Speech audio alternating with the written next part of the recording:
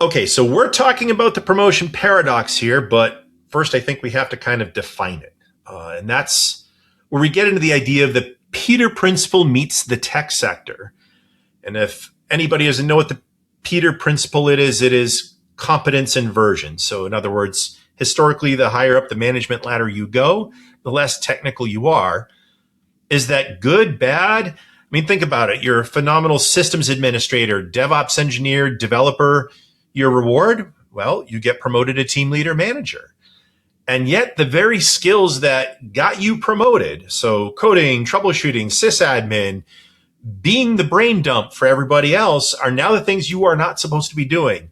Now your life is filled with meetings, budgets, calendars, peopleware, reviews. Is this really where we want to Scrum. go in our life? I guess that all depends, and that's why we're here to talk about it. Yeah, I think what's fascinating about this topic in particular is that so many of those skills are, for lack of a better word, like transferable. The skills that you learn in troubleshooting can be helpful in certain areas when it comes to dealing and working with people.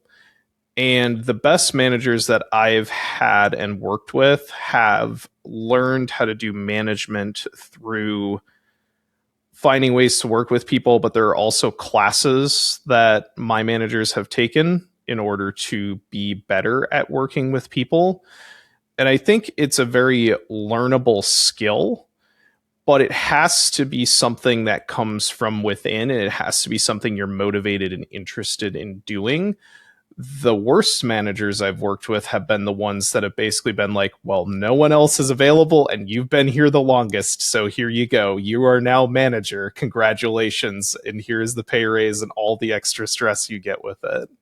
I would probably come in and say a little bit to the contrary on that part. I think one of the things that I suspect leads to the wisdom of promoting people who are phenomenal individual contributors to become managers is because in order to become a phenomenal contributor, you have to be able to work with other people.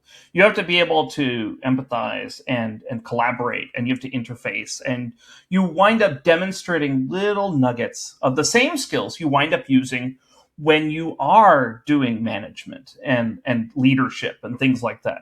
You know, in many respects, the roles are not that different. It's the objects that you're working with, right? Like, so as a systems administrator or a software engineer or whatever, right? You're typically working with the output or the objective of a product, right?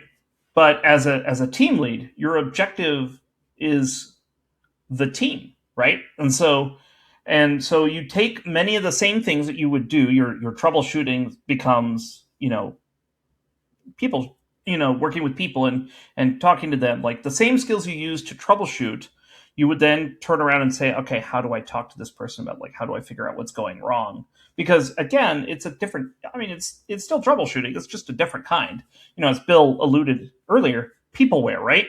Well, I mean, I'm not saying that people are simple. By all means, they're not. But like when you're talking about working with others and also, being a lead and being essentially the layer between them who are doing a lot of the heavy lifting and the people above you who are expecting them to produce, that's a meaningful thing to have. And if you do it right, you could actually amplify their productivity. And that's, I think, what the hope people tend to have when it comes to this stuff. Yeah, you're trying to spread your sphere of influence and being able to provide more assistance by multiplying the work that you can do by providing your skills and leadership to others. And I think there's definitely a ladder when it comes to how does someone become a manager.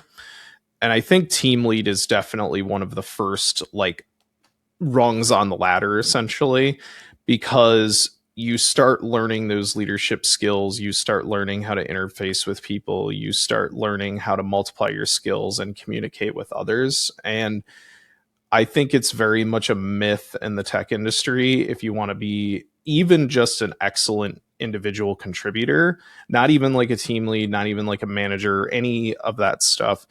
It's the interfacing with people, and those soft skills are incredibly important to a level that I think people misunderstand when they first start in their career.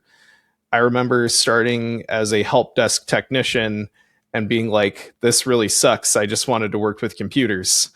I don't want to work with people. I don't want them calling me about all these weird things, but you learn a lot of how to work with people, how to problem solve, and how to do all these things by being on that front line and learning those things first. And I think those skills transition.